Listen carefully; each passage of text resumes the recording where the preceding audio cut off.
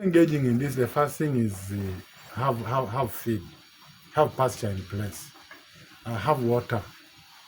If you have that, and then now go in for the structures themselves. But the primary thing is, do you have pasture? Do you have water? Because animals need water, animals need pasture. Yeah. In terms of treatment? Treatment, our team, the veterinary team at the district, usually supports the farmer, monitor the farmer and support him with the technical. But it's also a willing farmer when the team prescribes, he buys as guided by the technical team. And that has made the work easier and interacting and supporting him easy. Yeah. Okay. Here in Pharmaceutical, we have about 60 cows, which give us about 200 liters of milk. Then the water project has helped us mostly during the dry season. We have shortages of water, but since the irrigation and the project for irrigation was also connected to the farm, now there's water for cows at all times. This water also helps us like to clean the boma where the animals stay, and also to clean the utensils for milking. The way we do it is what the animals for pregnant animals have different needs from animals that are milking. From the calves, I cannot give a ration for milking animals to the calves. I cannot give a ration for milking animals to the cows that have not yet conceived. Because these ones here need a lot of what? Calcium, for example. Milk contains a lot of calcium. Then why should I give also the cows calcium? A lot. They just need only a small amount compared to what? This one. Because if I'm milking 20 liters, which means I'm removing 20 liters.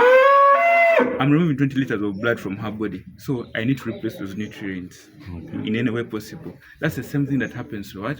To the other sections. Then in terms of feeding, how many kilograms do they feed, like for these ones which are milking? What I can say, these cows have different kilos.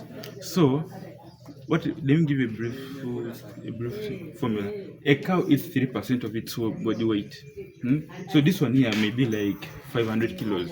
So when you get 3%, that's the amount it eats in a day. This one here may be like 300 kilos. So I cannot tell you that each cow eats 35 kilos. Okay. Then we have seen your cows are very healthy. When you move to other farms, they are not as healthy as yours. What is the secret behind this? The secret behind this is it depends on the management. If the management loves what they do, even if you have your food, your what, but if the workers don't care about your cows, so it is all about their heart. Okay. If the workers love your animals, so you have to love the workers. If you love the worker will die for you. They will always have your back. In terms of milk output? In terms of milk output per cow. It varies. How much do you raise as income on a daily basis from the produce? What products you from the farm? An estimate, I think, if we sell it at 1,500 and we are selling we sell about 180 liters because Per about day? 60 liters goes to the cows in a day. Then the 180 times 1.5, if you get that's around 120,000 per day.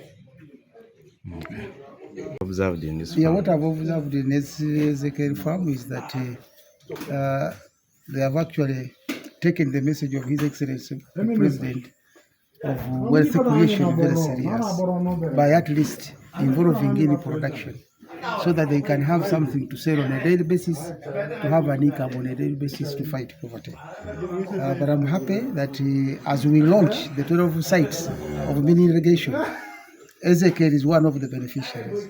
And I'm glad to hear from him that the mini water irrigation system they have here, which was funded 75% by government and then contributing 25%, has actually added more value to them in terms of meeting the cost and also improving on the quality of animals and also meeting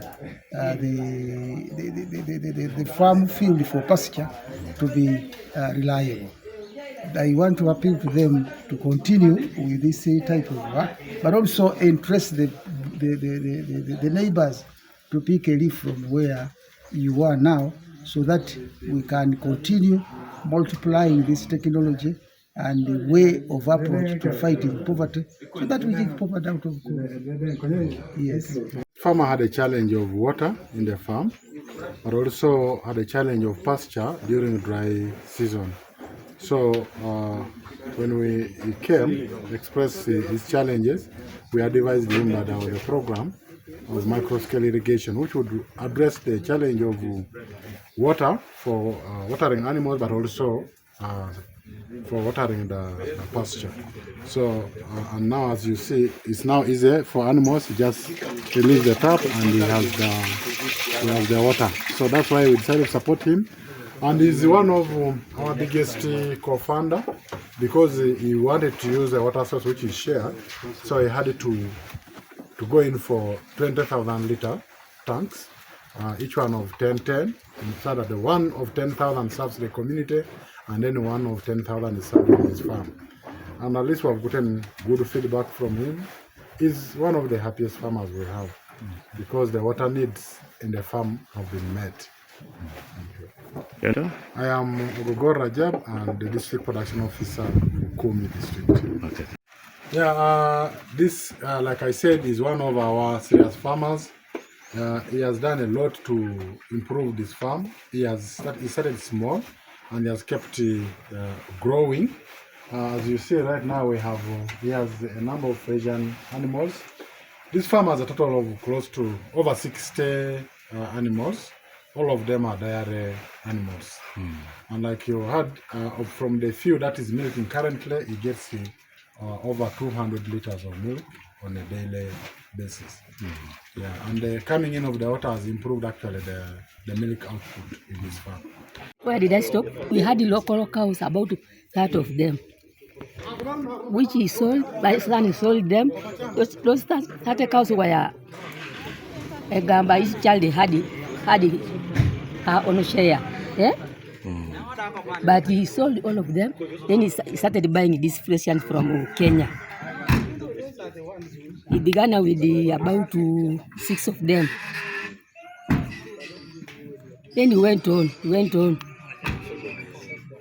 buying them.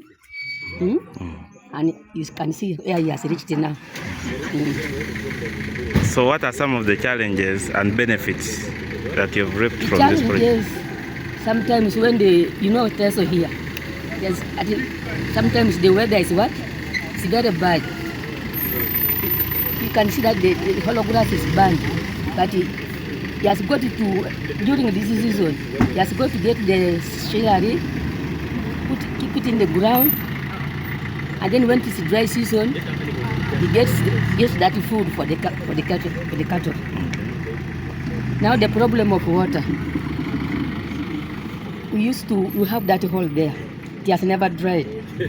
He uses a generator to draw water to that tank, underground tank. Sometimes if that water is not enough, he hires these tanker lorries to get water from Amatenga. Okay. Yeah. Yes. So benefit-wise, in terms of income? The income is steady. Okay. It's coming up. All right. Because now we can produce, as far as can produce yogurt, ice cream. You see, we have a plant there at Aumwa Road. Okay. That is where we sell the milk, and we produce some yogurt. All right. The names? Jane Etiang. Janet. Jane Etiang. Okay.